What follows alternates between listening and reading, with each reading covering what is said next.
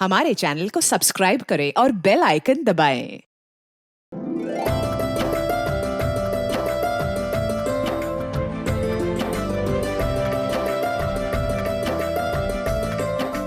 नमस्कार, आदाब। मैं अनूप सोनी क्राइम पेट्रोल सतर्क के ब्लैक हेडलाइंस अध्याय के आज के एपिसोड में आप सबका स्वागत करता हूं।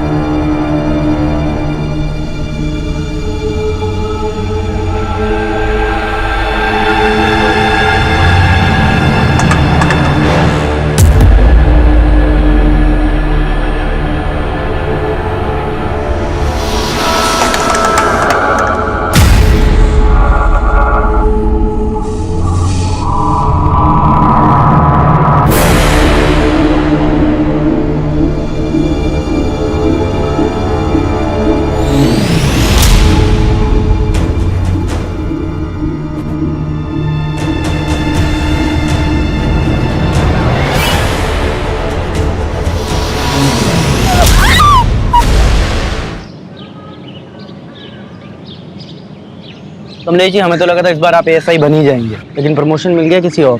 अरे भाई, जब हम पुलिस में भर्ती हुए थे ना, तभी हमको पता चल गया था ये पुलिस की नौकरी मतलब थैंकलेस काम है। हम ऐसा नहीं सोचते हैं। ये एसआई बनने में जो है रिपोर्ट लिखने का झंझट है। हमारे लिए फील्ड का काम अच्छा है। फील्ड में जाना, लोगों की मदद करना, और उसके बाद ना हम शांति से रिटायर होना चाहते हैं और अपनी बीवी के साथ चैन की जिंदगी काटना चाहते हैं। अरे भाभी जी, बहुत लंबी उम्र है आपकी। अभी कमलेश जी आप ही के बारे में बात कर रहे थे। अच्छा, ये लीजिए आपका टिफिन। इधर रख दो। हाँ, और अंदर रख दो। काहे के लिए परेशान होती हो रोज रोज? हैं? सुबह दे दिया करो ना हमको। सुबह सुबह हम जो टिफिन देते थे आपको, वो तो आप कभी खाते ही नहीं थे। कहते थे कि ठंडा खाया नहीं जाता, इसलिए गर्मा गर्म लेके आते हैं।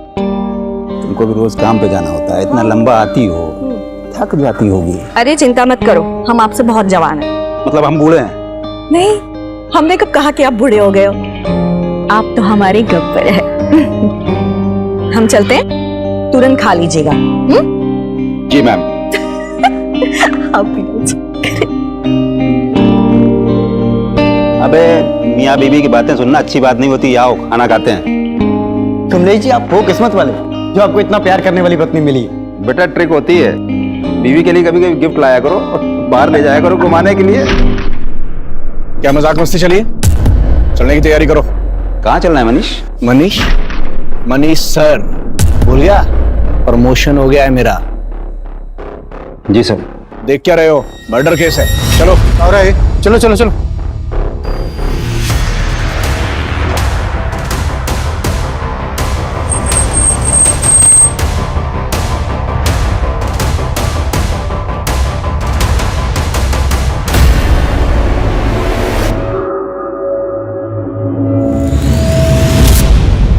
सर, लड़की पर पत्थर से वार करके मारा गया है। वो तो देख के पता ही चल रहा है। और तुम यहाँ क्या कर रहे हो? इधर उधर देखो, कुछ मिलता है तो जाओ।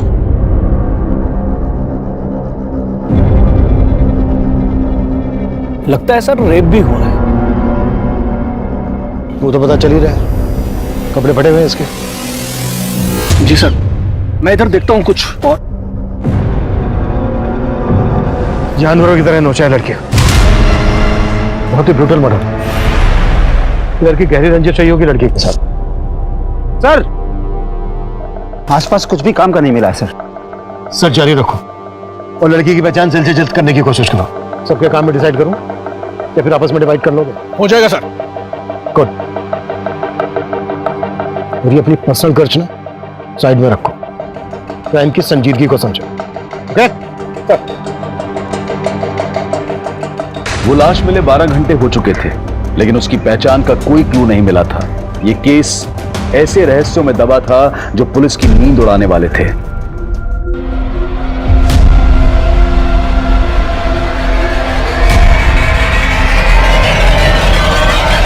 Rarest of the rare rape case है सर। इसका न सिर्फ रेप किया गया है बल्कि ब्रूटली टॉर्चर भी किया गया इसको। इसकी लेफ्ट हैंड की ये चारों उंगलियां फ्रैक्चर्ड और वैसे ही बाइट मार्क्स उसके चेस्ट पर भी हैं। शरीर को बुरी तरह से नोचा खरोचा गया है। गैंगरेप है डॉक्टर? नहीं सर, इसके शरीर से सिर्फ एक ही आदमी का डीएनए मिला है। जिस तरह से इसको रेप करके मारा गया है, उससे तो यही लगता है कि किलर बहुत ही विकृत मानसिकता है।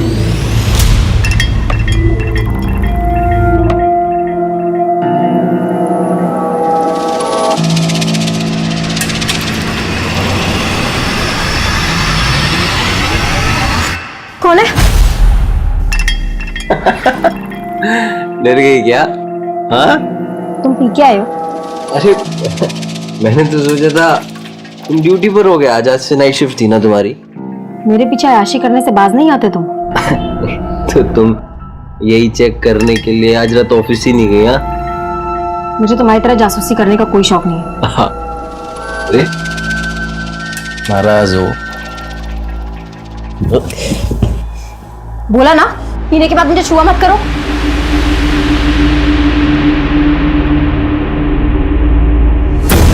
समझती क्या है तू अपने आप को? हाँ, अगर इतने ही खलते हो तो शादी क्यों की मुझसे? इसीलिए तो पछता रही हूँ। सारी तो अब पछता। विक्रांत, क्या बात है? बड़ी फुर्सत में बैठे हो, कोई काम नहीं है क्या? रितु चाची, आप तो हमारे काम की हालत जानती है। प्रॉपर्टी में इतनी मंदी चल रही है कि सेल्स परचेस कुछ हो ही नहीं रही। अगर ऐसे ही चलता रहा ना तो दुकान का किराया निकालना मुश्किल हो जाएगा।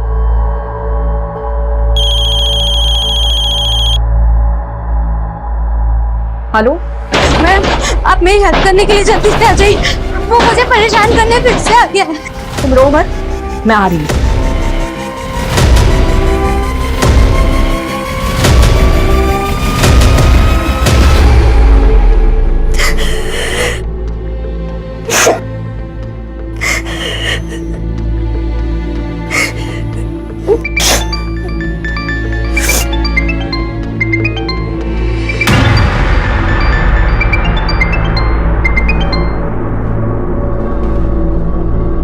हेलो हेलो सलोनी,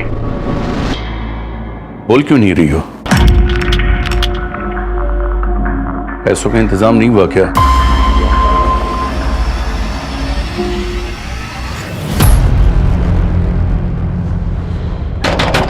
दरवाजा खोलो!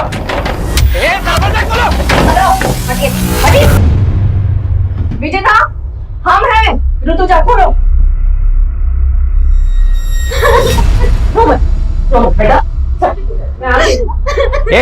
नाटक मत कर, समझी ना? अब भी तुम्हें एक घर को छोड़कर जाना पड़ेगा। अरे ऐसा कैसे घर छोड़ना पड़ेगा? ये सारी गलती आपकी है। हमारी? जी। अरे ब्रोकरेज के लालच में आकर आप ऐसी किराया दी हमको जिसका रेप हो चुका था। इस लड़की का रेप हुआ है तो इसमें इस बेचारी का क्या दोष? एक बात कान खोलकर सुन लीजिए, एग्रीमेंट के लॉकिंग टाइम तक आपने इसको जरा भी परेशान किया ना, अंदर करवा दूंगी। सर, मैंने केस सेक्स ऑफेंडर्स को राउंड अप किया है। सबका रिमांड चालू है, लेकिन किसी ने मुंह नहीं खोला है। जब तक इस लड़की की पहचान नहीं पता चल जाती तब तक ये केस आगे नहीं बढ़ पाएगा। सर, मैंने भी आसपास के थानों में पता किया, कहीं किसी लड़की की मिसिंग की कंप्लेंट नहीं मिली। तो हाथ पे हाथ रख के बैठ जाओ। नहीं सर, मैं सर्चिंग चालू है। सर, मैंने कमलेश को सुपरवाइज करने के लिए कहा, लेकिन उसने कोई अपडेट ही नहीं दिया। अगर वो अपडेट नहीं देगा तो तुम फोन करके उससे नहीं पूछोगे? नहीं सर, मैंने उसको फोन किया था, लेकिन सर उसने उठाया नहीं। हाँ कमलेश, बोलो। सर, मेघनगर के किराने वाले ने उस लड़की का फोटो आइडेंटिफाई किया है। वो लड़की उसी की दुकान से राशन खरीदती और पास में ही अपने पति के साथ किराए पर रहती। हम वहीं जा रहे हैं सर। तुरंत एड्रेस भेजो, हम भी वहीं पहुंचते हैं। किशोर, गाड़ी निकलो। मनीष, जिन लोगों को राउंड अप किया है उगलवाओ उनसे।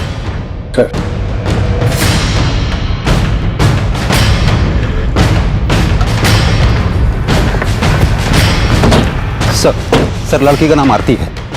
अपने पति के साथ किराए पर रहती थी यहीं पर। मकान मालिक बगल में ही रहते हैं। ये सर हरिचरण, आरती के मकान मालिक। ताला खोलो। सर, चाबी नहीं है। चाबी मेरे दूसरे घर पे रखी है सर। मैंने लड़के को भेजा है, वो चाबी लेके आता ही होगा। इस लड़की आरती का हस्बैंड कहाँ है? सर, अभी तो कुछ पता नहीं। कई दिनों से यहाँ ताला लगा हुआ था। सर, साहब आए थे तो मैंने विनोद को फोन भी किया था, लेकिन उसका फोन तो बंद आ रहा है। विनोद, ये आरती के हस्बैंड का नाम है? हाँ जी सर। कब से रह रहे थे ये दोनों यहाँ किराए पर? ये तकरीबन 7 महीने हो गए। ये है हमारा सिटिंग एरिया और ये है हमारा घर। पसंद आया तुम्हें?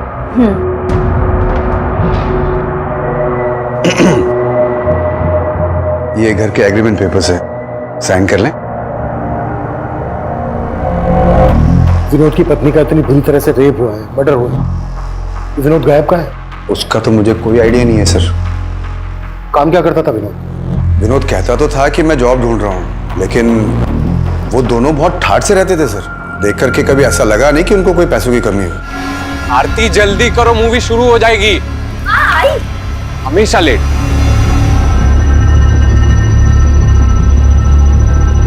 हमेशा कैब से आना जाना, कोई ना कोई फूड डिलीवरी वाला हमेशा गेट पे खड़ा दिखता था। लेकिन सर चौथे पांचवें महीने फिर उन्होंने मेरा किराया नहीं दिया, तो मैंने साफ साफ बोल दिया मेरा मकान खाली कर दो भाई। तो आरती ने एक साथ 6 महीने का किराया मुझे दे दिया। पूरे 6 महीने के? जी। ये चोट कैसी लगी आपको? विनोद से कोई झगड़ा हुआ था क्या? नहीं, वो सर मुझे पूरा यकीन है वो कुछ छुपा रही थी। क्या छुपा रही होगी? Any idea? सर अब आइडिया तो नहीं है, लेकिन उनके रिश्ते अब पहले जैसे नहीं रहे थे। रोज घर से मारपीट की आवाजें आती रहती थी। मुझे पूरा यकीन है कि विनोद आरती पे हाथ उठाने लग गया था। ये कहाँ के रहने वाले थे दोनों? सर वो एग्रीमेंट जो है मेरे पास, उसमें पूरा डिटेल एड्रेस मिल जाएगा सर उनका। एग्रीमेंट से सारी डिटेल्स ले लो, एड्रेस, दोनों के फोन नंबर। सर चाबी।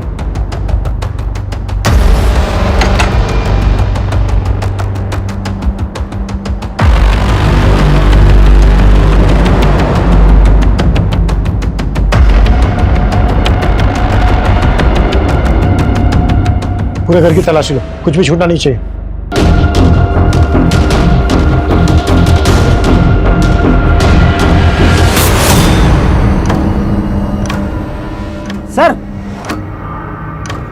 सर कहीं ऐसा तो नहीं कि आरती के पति ने उसका यहाँ पर मर्डर किया हो और फिर लाश जंगल में ले जाके डंप कर दी? लेकिन लड़की के साथ इतना ब्रूटल रेप हुआ, वो यही हुआ होगा। किशोर, ये ब्लड सैंपल फॉरेंसिक को भिजवा, पता करो कि ये ब्लड आरती का ही है। सर ये एग्रीमेंट आरती के पति विनोद की नेटिव एड्रेस। हो सकता है विनोद यहीं जाकर छुपा हो, चल के पता करते हैं। किशोर, तुम आरती और विनोद के बारे में पता करो। क्या वाकई में उनका रिश्ता इस हद तक पहुंच गया था कि विनोद ने अपनी पत्नी के साथ इतनी बुरी तरह से रेप किया, मर्डर किया, या फिर कहानी कुछ और है?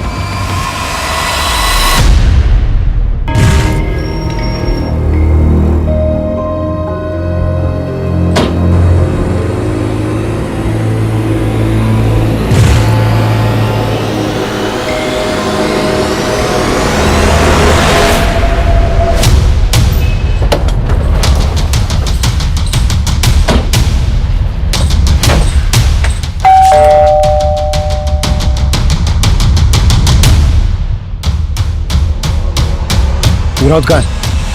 विनोद? हाँ विनोद, क्या लगता है तुम्हारा? वो मेरा बेटा है साहब, पर अब वो यहाँ नहीं रहता। लेकिन आप लोग यहाँ किस लिए आए? तुम तो ऐसे पूछ रहे हो जैसे तुम्हें कुछ मालूम नहीं है। मेघनगर में विनोद की पत्नी आरती की लाश मिली है हमें, बुरी तरह से रेप हुआ है, उसका मर्डर हुआ है, और विनोद गायब है। कहाँ छिपा है वो? साहब हमको इस बारे में कुछ नहीं मालूम, और हम तो वैसे भी 7 महीने से विनोद से नहीं मिले। असल में विनोद और आरती भाग कर शादी किए थे, और तुम इस शादी के खिलाफ थे। कहीं ऐसा तो नहीं है किसी बात का बदला लिया आरती से? नहीं साहब, मैं बता चुका हूँ आपको कि हम नहीं जानते कि आरती और विनोद कहाँ रहते थे। आरती के घर वाले कहाँ रहते हैं? क्या हमारी बेटी के साथ? किसने किया ये सब हमारी बेटी के साथ? उस विनोद के अलावा कौन होगा पापा? शक तो हमें भी विनोद पर ही है। आप लोगों को सच में नहीं मालूम था कि वो दोनों कहाँ रह रहे थे? क्या फिर आप लोग हमसे कुछ छुपा रहे हैं? हम आपसे क्या छुपाएंगे साहब, हम तो खुद पिछले 7 महीनों से बेटी का शक्ल देखने को तरस गए थे। उसने आरती को इतना बर्ग लाया था कि हमारी बेटी यहाँ से अपनी माँ के सारे गहने, रुपए, पैसे लेके उसके साथ भाग गई थी साहब। अब जब हमारी बेटी से उसका मन भर गया होगा तो उसने उसका ये हाल किया। हमें उस पर पहले से शक था साहब, वो सही आदमी नहीं था, लेकिन आरती नहीं मानी, वो हम सबको छोड़ के चली गई साहब। सर आरती और विनोद, हम दोनों के घर वालों का भरोसा नहीं कर सकते। ऑनर किलिंग का भी एंगल हो सकता है। जितनी बुरी तरह से आरती का रेप हुआ है, उससे लगता नहीं है कि आरती के घर वालों का हाथ होगा। हो सकता है विनोद के घर वाले इसमें इन्वॉल्व हो। फिर भी दोनों फैमिलीज की एक्टिविटीज पे नजर रखो और विनोद के घर वालों के फोन नंबर सर्विलेंस पे डाल दो। शायद विनोद अपने घर वालों से कांटेक्ट करने की कोशिश करें। Yes sir.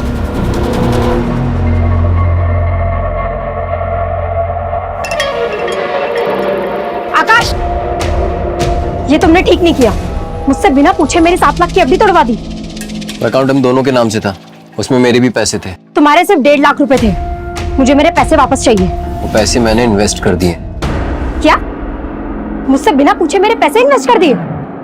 तो तुम मुझसे सब कुछ पूछकर करती हो क्या? मुझे तुमसे बहस करने की जरूरत नहीं है। मुझे मेरे पैसे वापस चाहिए तुरंत। मैंने बोला ना तुमसे, वो पैसे मैंने इन्वेस्ट कर दिए हैं। कहाँ इन्वेस्ट कर दिए पैसे?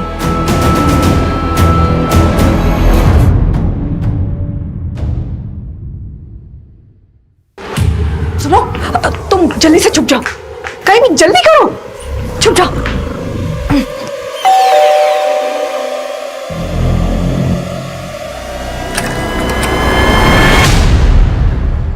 ऋतुजा, मुझे दोबारा से जाना है, जल्दी से कुछ खाने को दे दो। अरे अभी तो आए और अभी जाने की बात कर रहे हो? अरे एक केस के सिलसिले में जाना है, मुश्किल केस है थोड़ा सा। अगर ध्यान नहीं दिया तो कोई बेगुनाह फंस सकता है।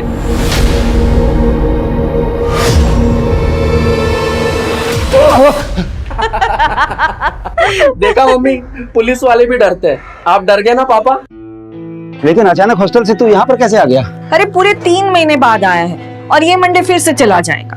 हाँ वो सब तो ठीक है, लेकिन तेरी पढ़ाई ठीक चल रही है ना? पापा आप तो पढ़ाई की बात मत करो ना। हम आप ही का वेट कर रहे थे। बहुत जोरों की भूख लगी है, मम्मी खाना खिलाओ ना। चलो चलो, मुझे भी जाना है।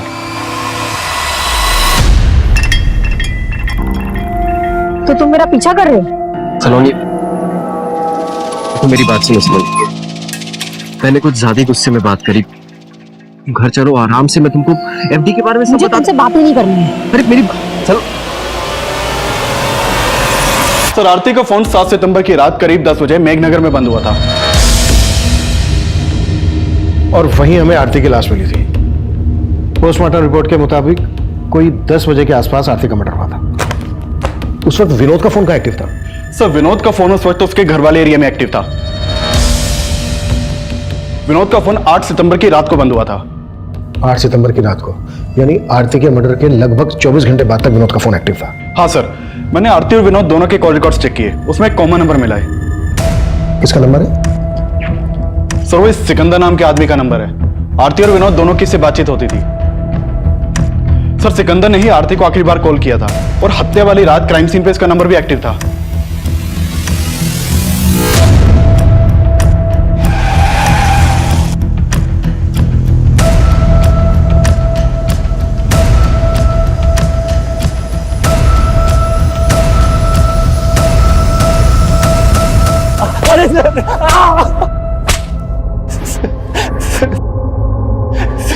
सर मैं सच कह रहा हूँ, मैंने आरती के साथ कुछ नहीं किया।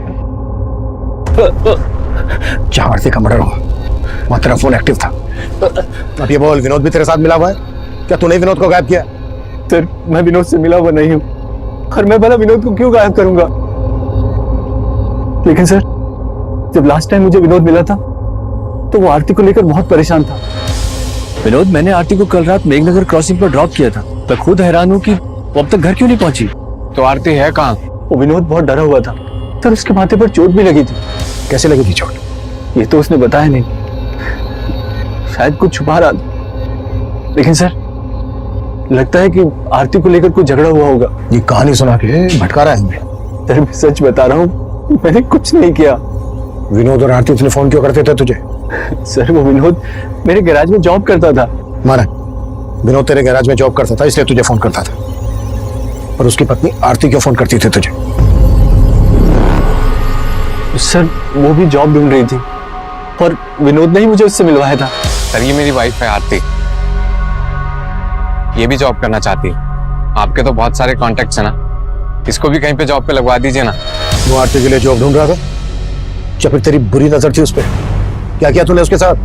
सर मेरा विश्वास कीजिए, मैंने आरती के साथ कुछ नहीं किया। उस रात भी वो मुझे रास्ते पर मिल गई थी। वो घर जाने के लिए ऑटो ढूंढ रही थी तो मैंने उसे मेघनगर क्रॉसिंग पर ड्रॉप किया था। आई एम सो सॉरी आरती, मैं थोड़ा जल्दी में हूँ, मुझे सीधे निकलना है, वरना तुम्हें घर तक छोड़ दूँ। इट्स ओके सर, कोई बात नहीं। बाय।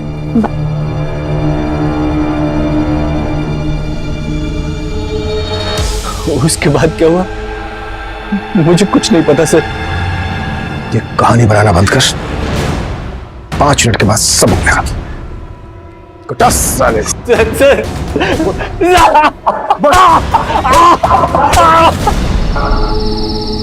ऑटो ऑटो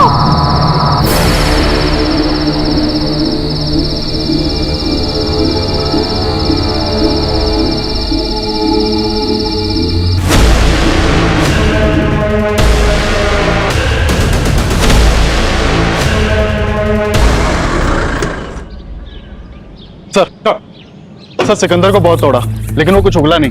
डीएनए लो और आरती की बॉडी से जो हमें रजिस्टर डीएनए मिला, मैच करो। सर विनोद पर क्या लीड है? सर उसके फादर का फोन सर्विलेंस पे, लेकिन कुछ भी सस्पिशियस नहीं मिला। हो सकता है विनोद कहाँ गायब है ये सिकंदर जानता हो। एक काम करो, सिकंदर को जाने दो और नजर रखो उस पर। सर मनीष, सर सिकंदर बोल रहा था कि जब विनोद उसके पास आरती को पूछने आया था तो विनोद के सर पे चोट लगी। आरती के घर से जो हमें ब्लड मिला है चेक किया, आरती का ही है। सर वो कमलेश देख। सर मैं देख। बेटर। सर ब्लड की फॉरेंसिक रिपोर्ट आ गई है। आरती के घर जो खून के धब्बे मिले थे वो आरती के ब्लड ग्रुप से मैच नहीं कर रहे हैं। विनोद पर क्या रिपोर्ट है? सर विनोद की तो कोई लीड नहीं मिली, लेकिन मैंने आरती के घर वालों की एक्टिविटीज चेक की। जिस दिन आरती की हत्या हुई थी उस दिन आरती के फादर और उसका भाई, इन दोनों का फोन आरती के घर वाले एरिया में एक्टिव था। यानी कि उस दिन मेघनगर आए थे और इन्होंने हमसे झूठ बोला कि इनको मालूम नहीं था आरती और विनोद कहाँ रहते। एक टीम भेजो दोनों को उठाने के लिए। सर कंट्रोल रूम से फोन आया था, जैविकपुरा में एक और लड़की की लाश मिली है।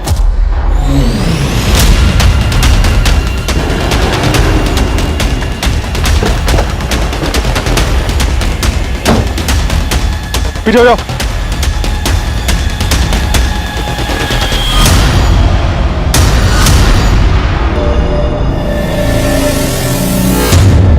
अरे सर इस लड़की की तो मिसिंग कंप्लेंट है। आकाश इसके पति ने इसकी कंप्लेंट लिखवाई थी और इसका नाम सलोनी है। ये देखिए। सलोनी की लाश को देखते ही पुलिस को लगा था कि शायद सलोनी की हत्या आरती की हत्या की मोडस ऑपरेंडी इस्तेमाल करके की गई है। सलोनी का पति आकाश भी शक के घेरे में था और पुलिस सलोनी और आकाश से जुड़ी हर जानकारी जुटा रही थी। वहीं आरती के केस में आरती के पिता और भाई की भूमिका भी संदिग्ध नजर आ रही थी। तुम दोनों ने बोला था कि तुम दोनों को पता नहीं था कि विनोद और आरती कहाँ रहते थे। 7 सितंबर को तुम दोनों मेघनगर में थे जहां आरती रहती थी।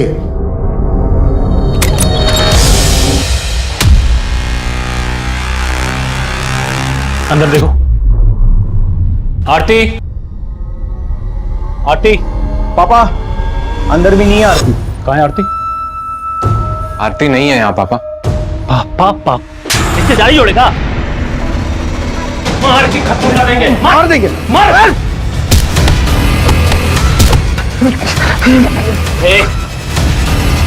कहाँ है हमारी बेटी? मुझे नहीं मालूम है। नहीं मानेगा ये। फोन कहाँ है इसका? आरती का नंबर होगा।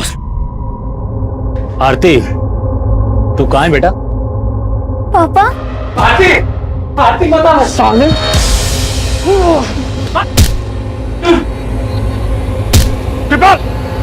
रुक जा बेटा।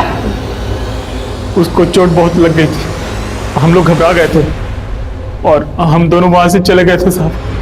ऐसे नहीं उगलेंगे ये दोनों।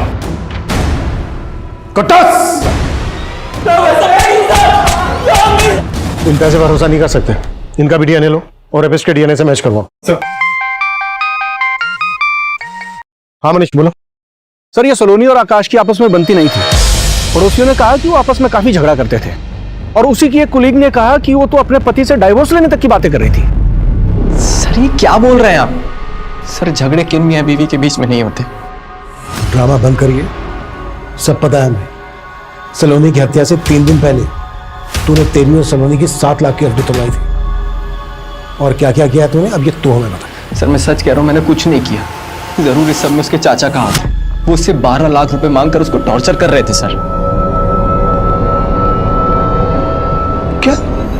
जी सर, सलोनी के पेरेंट्स की डेथ के बाद सलोनी के चाचा ने उसके घर पर कब्जा कर लिया था और उसे 12 लाख की मांग कर रहे थे कि अगर वो 12 लाख रुपए दे दे तो वो घर छोड़ देंगे, और सलोनी पैसा देने के लिए तैयार भी हो गई थी। इसलिए मैंने वो एफडी तोड़वाई थी सर। मुझे तुमसे बहस करने की जरूरत नहीं है, मुझे मेरे पैसे वापस चाहिए तुरंत। मैंने बोला ना तुमसे, वो पैसे मैंने इन्वेस्ट कर दिए हैं। देखो आकाश, प्लीज मुझे मेरे पैसे वापस कर दो। मुझे चाचा को 12 लाख रुपए का इंतजाम करके देना है। वो तुम्हारा अपना घर है, अपने घर के लिए तुम 12 लाख क्यों दोगी? वो पैसे तो मैंने बचा लिए, लेकिन बाद में मैंने चेक किया तो घर से सलोनी के गहने गायब थे। घर से सलोनी के गहने गायब, और ये बात तू हमें अब बता रहा है? सर मैंने कल रात में ही चेक किया था। अरे ऋतुजा जी, आइए आइए। दरअसल हम आप ही के बारे में इनसे बात कर रहे थे। अच्छा, हाय विष्णु, नमस्ते, बैठिए। Nice to meet you. वैसे विक्रांत भाई आपके बारे में बड़ी तारीफ कर रहे थे। अच्छा, दरअसल वो अपना दफ्तरगंज वाला एरिया है ना, वहाँ की जमीन इन्हें पसंद है, खरीदना चाहते हैं। बस इनकी एक छोटी सी डिमांड है। डिमांड? जी, और वो डिमांड सिर्फ आप ही पूरी कर सकती हैं। लेकिन आपकी डिमांड क्या है?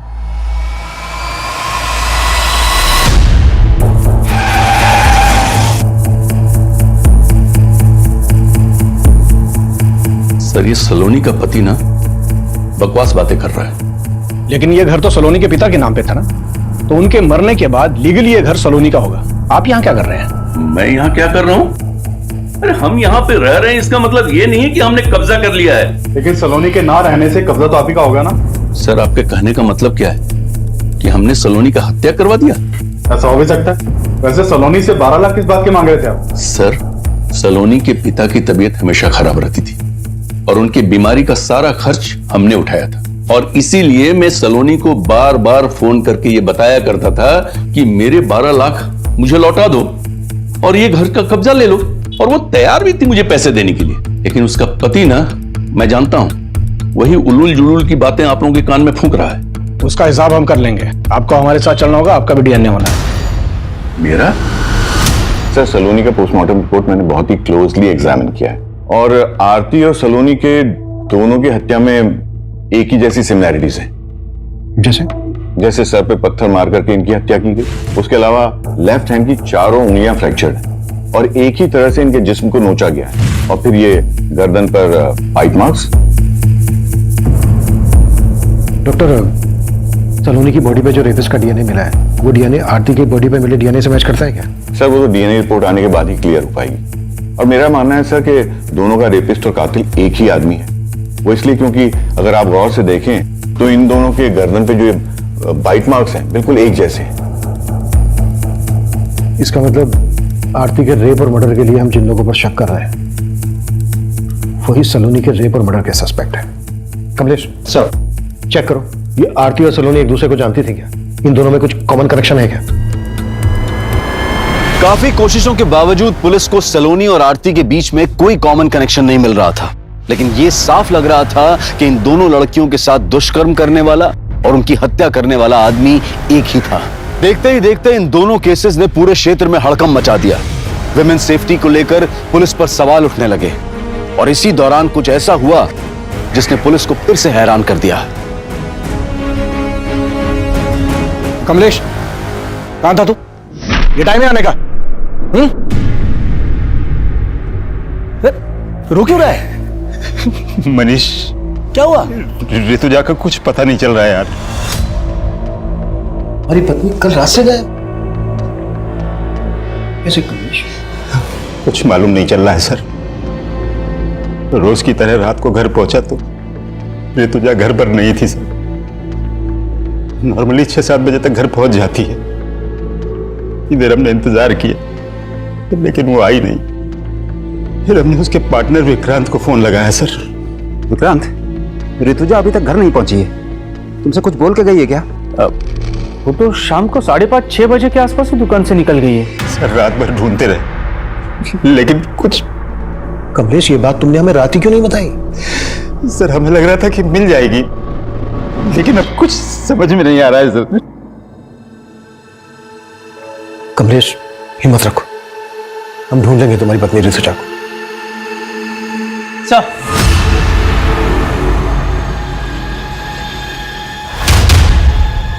हाँ अमित बोलो। हाँ सर, वो आरती के पति विनोद का फोन कानपुर में ऑन हुआ था। कानपुर पुलिस से कांटेक्ट करो, इसकी अपडेट दो हमें। शायद वहां से हमें कोई लीड मिल जाए। सर,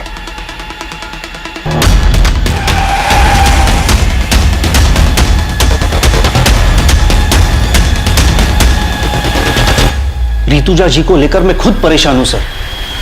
मुझे समझ में नहीं आ रहा कि वो कल रात घर क्यों नहीं गई। कल ऋतुजा जी कितने बजे निकली थी यहाँ से? करीब 5:30 बजे। विक्रांत, वो राजीव नगर वाला घर अगले महीने खाली हो रहा है, तो उसके लिए किराएदार ढूंढना है। हम चलते हैं, बाकी की बात सुबह करेंगे। और उन्होंने आपको बताया था कि वो कहाँ जा रही हैं? नहीं सर, बताया तो नहीं था, लेकिन मुझे तो लगा कि वो घर ही गई होंगी। आपको किसी पे शक है? शक तो नहीं है सर, लेकिन हाँ एक बात थी जो मैं कमलेश जी को फोन पे बताना भूल गया। कैसी बात? सर, कल एक विष्णु नाम का आदमी आया था। हमारा दफ्तरगंज वाला एरिया है, वहां की जमीन खरीदनी थी उसे, लेकिन उसकी एक डिमांड थी जो ऋतुजा जी को पसंद नहीं आई। आपकी डिमांड क्या है? एक्चुअली ऋतुजा जी, वो जो जमीन है उसके एकदम पास एक छोटी सी जमीन का टुकड़ा है जहां पे कुछ झुग्गी झोपड़ियां भी है। मैं चाहता हूं कि वो जमीन का टुकड़ा हमें मिले। वो जमीन उन आदिवासियों की है, आपको कैसे मिल सकती है? तो उनको कुछ पैसे दे देंगे ना, इसमें कौन सी बड़ी बात है। देखिए, हमें वो जमीन का टुकड़ा चाहिए और हम जानते हैं कि वो काम सिर्फ आप करवा सकती हैं। वैसे भी आपके पति तो... उठ जाइए, उठ जाइए और निकलिए यहाँ से। आप बदतमीजी कर रही हैं। तो क्या हाथ उठा के बात करें? ऋतुजा जी ने जिस तरह उसे भगा दिया, हो सकता है उसी ने उसका बदला लिया हो। कौन था ये आदमी? इसका कुछ नाम एड्रेस मालूम है आपको? हाँ सर, बताएं। सर, कमलेश जी की बीवी ऋतुजा का फोन कल रात हरिनगर एरिया में बंद हुआ था। कमलेश से पूछो कि हरिनगर में उसकी जान पहचान वाला कोई रहता है क्या? सर, हमने कमलेश जी से बात की है। उनका कहना है कि वहां उनका ऐसा कोई भी नहीं रहता जहां ऋतुजा जा सके। तो पूरे हरिनगर में अच्छे से पूछताछ करो। सर, एक तरफ हेड कांस्टेबल कमलेश की पत्नी ऋतुजा की तलाश की जा रही थी, तो विनोद को भी एक प्राइम सस्पेक्ट मानकर ढूंढा जा रहा था। दोनों क्राइम सीन्स के एरिया के आसपास मौजूद कई सीसीटीवी फुटेजेस को लगातार खंगाला जा रहा था। वहीं ऋतुजा के पार्टनर विक्रांत के बयान के आधार पर अब विष्णु बिष्ट को भी तलब किया गया। सर, ऋतुजा जी ने जब मना किया तो मैंने बात वहीं खत्म कर दी। बात खत्म नहीं हुई। ऋतुजा ने जलील करके निकाला था तुझे, बुरा तो लगा। सर, लगा था, लेकिन मैं वहां पे अपनी मर्जी से नहीं गया था। मुझे विक्रांत ने फोन करके बुलाया था। विक्रांत ने? जी। उन्होंने कहा था कि ऋतुजा मेरा काम करवा देगी, लेकिन उसने तो उसके मुंह के सामने ही मना कर दिया। फिर मैं वहां से चला गया। सर, हरिनगर के जंगल में कमलेश की बीवी ऋतुजा की लाश मिली है।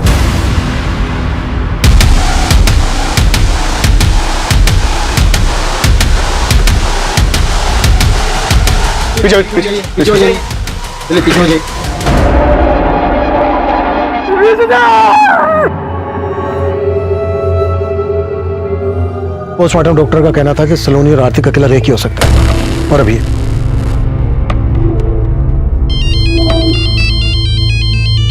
सर, हेलो, ठीक है सर, विनोद कानपुर में पकड़ा गया है।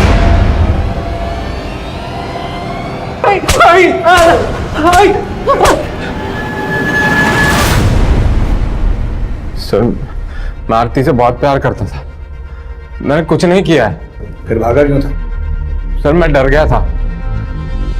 उस दिन जब आरती के घर वाले आए तो उन्होंने मुझे बहुत मारा। तब तो हम वहां से चले गए थे, लेकिन उस रात आरती घर पर नहीं आई। और फिर आरती की हत्या की खबर पढ़ के मैं बहुत डर गया था सर। डर गया था? अगर डर गया था तूने कुछ नहीं किया तो डरने की क्या जरूरत है? सर, मुझसे गलती हो। पैसों की तंगी में मैंने आरती की लाइफ बर्बाद कर दी। पैसे की तंगी? तो कहना क्या चाहता है? सर, मैं चाहता था कि आरती की जॉब लग जाए, लेकिन सिक्का ने मुझसे कहा कि अगर मैं आरती को उसके साथ... वो तुम्हें समझ में आ रहा है? तुम क्या बोल रहे हो? आरती, समझने की कोशिश करो। 3 महीने से किराया नहीं दिया है, कुछ नहीं बचा है हमारे पास। और आरती, अगर तुम नहीं मानी ना तो मकान मालिक हमें घर से बाहर निकाल देगा। तुम ये कहना चाहते हो कि मैं चंद पैसों... आरती, चंद पैसे नहीं है, जरूरत है हमारी अभी। तो क्या करें, घर चले जाएं? एक्सेप्ट करेंगे, वो मार डालेंगे आरती हमें। आरती, जब तक मुझे कुछ अच्छा काम नहीं मिलता तब तक कर लेते हैं ना।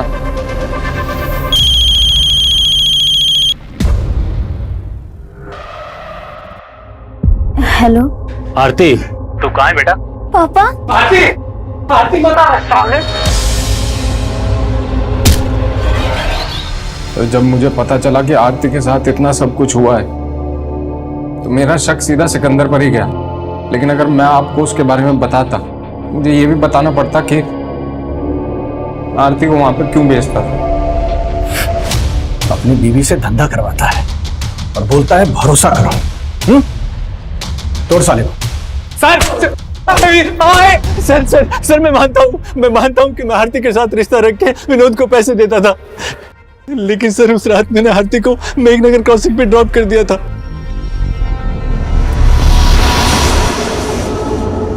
उसके बाद आरती के साथ क्या हुआ मुझे सच में कुछ नहीं मालूम सर।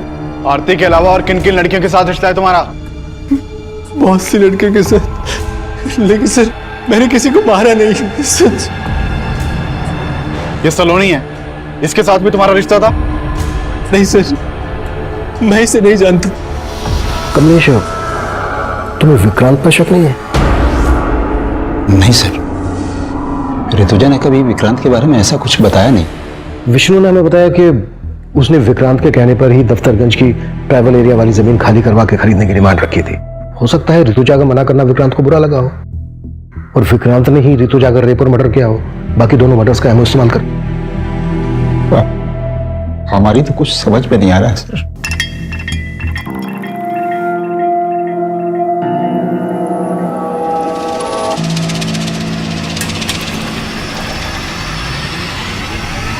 सर मैंने दोनों क्राइम सीन के आसपास की सीसीटीवी फुटेज चेक की, उसमें एक कॉमन आदमी नजर आया है।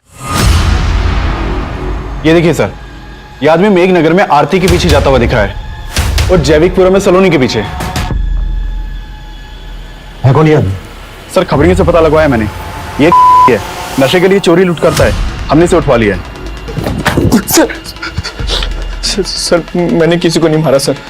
सर मामूली सा चोर हूं सर, रेप नहीं किया सर मैंने। सर मैंने कुछ नहीं किया सर। कुत्ता। सर नहीं।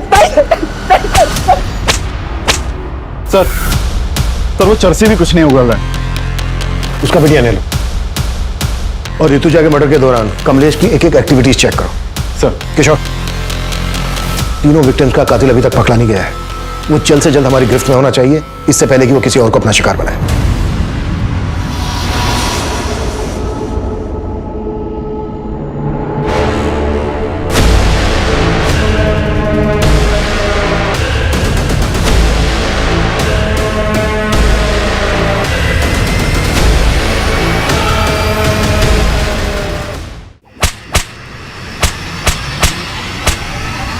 सर वो दोनों लड़कियों को सर मैं नहीं मारा है सर। सर नशा करने के बाद मुझे पता नहीं चलता है सर मैं क्या कर रहा हूँ क्या नहीं कर रहा। कुत्ता साले। नहीं सर,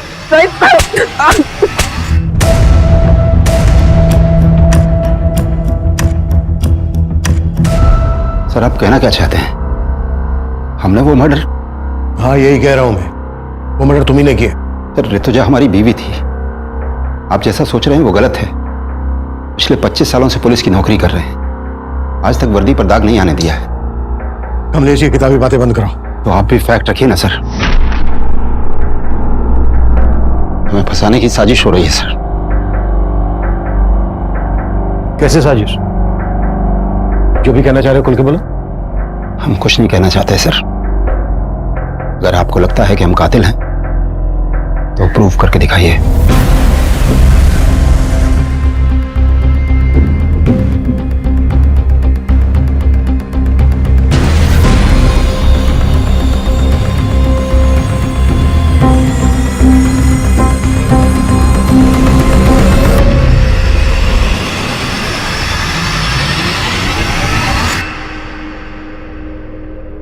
हेलो डॉक्टर, ऋतुजा की पोस्टमार्टम रिपोर्ट का क्या स्टेटस है? Are you sure doctor?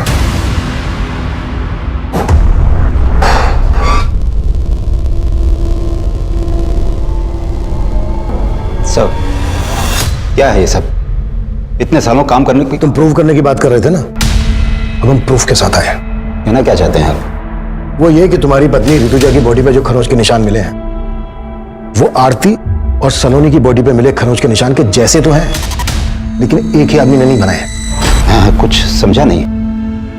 Rutuja की बॉडी पर खरोंच के निशान पर्पसली बनाए गए, वो भी तब जब वो मर चुकी थी। उसके मरने के बाद आरती और सलोनी की बॉडी पर जो खरोंच के निशान मिले हैं वो तब बने जब वो जिंदा थी। अभी बात हुई मेरी डॉक्टर से। डॉक्टर का कहना है कि ऋतुजा के गले पे जो बाइट मार्क है वो आरती और सलोनी के गले पे मिले बाइट मार्क से बिल्कुल अलग है, मतलब अलग आदमी का है। डॉक्टर ने यह भी बताया कि ऋतुजा का रेप नहीं हुआ था, जबकि आरती और सलोनी का रेप हुआ था।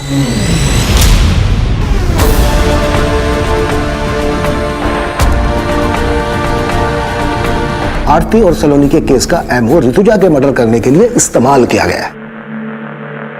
अब सवाल यह बनता है कि आरती और सलोनी के केस के एमओ की बारीकी हमारी टीम और पोस्टमार्टम डॉक्टर के अलावा किसी और को तो मालूम नहीं। हमने ना ही किसी अखबार में दिया, ना ही सोशल साइट पर। यह एमओ कुछ ज्यादा ही परफेक्टली इस्तेमाल किया गया, इसलिए हमें तुम पर शक हुआ। और हमने जब तुम्हारे घर पे नजर रखी तो हमें कलसी नाम की लड़की के बारे में पता चला। रिश्तेदार है ना तुम्हारी। हमने कलसी और तुम्हारे बेटे सनंत दोनों को उठवा लिया। सर, हम और सारंत एक दूसरे को बचपन से जानते हैं। हम अपनी सारी प्रॉब्लम्स हमेशा सारंत के साथ ही शेयर करते थे और हमें पता ही नहीं चला कि हम कब एक दूसरे के करीब आ गए। तुम दोनों तो कजन हो ना, फिर भी। सर, हमसे एक बार भूल हो गई थी। हमने सोचा दोबारा ऐसा नहीं करेंगे, लेकिन ऐसा नहीं हो पाया सर। मैं उस वीकेंड पे हॉस्टल से सीधा घर पे आया था और मम्मी पापा की एब्सेंस में। सारंग, बेशरम, ये क्या कर रहा है तू? और तू शर्म नहीं आई तुझे? हाँ, कजिन हो तुम उसकी, बड़ी बहन हो। हम डर गए थे सर, हमने पापा को कॉल किया सर। हेलो पापा। क्या हुआ मम्मी को? पापा, मम्मी। क्या हुआ है? सच सच बताओ क्या हुआ है? दोनों लोग तुम सच सच बताओ क्या हुआ है? क्या हुआ है? मुझे माफ कर दो पापा। सर, हम अपने बेटे को बचाना नहीं चाहते थे, लेकिन उसको गिड़गिड़ाते देख हमारा मन पसीज गया। सोचा कि ऋतुजा को तो खो ही चुका हूं और अब बेटे। हम मानते हैं कि हम अपने फर्ज से डगमगा गए थे सर, पर हम बेबस थे साहब।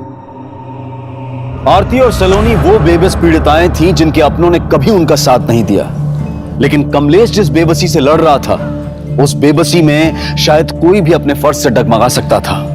लेकिन ऐसी स्थिति में जब सही और गलत का तराजू हमें ऐसे असमंजस में डाल रहा हो तो हमारे फैसले का पलड़ा सच और सही की तरफ झुकना चाहिए, क्योंकि झूठ और गलत को जितना भी छिपाने की कोशिश की जाए वो एक ना एक दिन सामने आ ही जाएगा।